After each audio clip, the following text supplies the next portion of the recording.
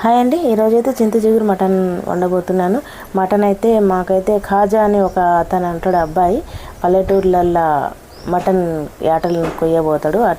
మేము చెప్తాం అతనికి మటన్ మంచిగా ఉంటే తీసుకురా, మేము తీసుకుంటామని చెప్తాం. చూడండి నల్లెడ చూడండి ఎంత ఫ్రెష్గా ఉందో, తిల్లి అంటారు కదా, అది తీసుకొని వచ్చిండు. మటన్ తెచ్చిండు, ఎన్ని నల్లీలు వేసుకొని వచ్చిండు చూడండి. అతను ఫ్రెష్గా ఎంత మంచి యాటలను చేస్తారో అక్కడ పల్లెటూర్లలో చాలా బాగుంటాయి కదా, అవన్నీ తీసుకొని అయితే వచ్చిండు.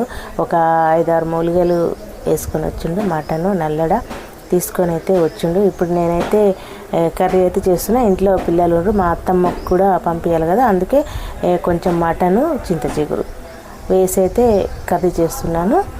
ఇంకా చూడండి చింత చిగురు అయితే మాకు నేను ఒకసారి చూపించాను కదా, చిన్నమ్మ నా కోసం తీసుకొని వస్తుందని చెప్పి. చూడండి చింత చిగురు ఎంత ఫ్రెష్గా ఉందో, నా కోసం అయితే తీసుకొచ్చి ఇస్తుంది.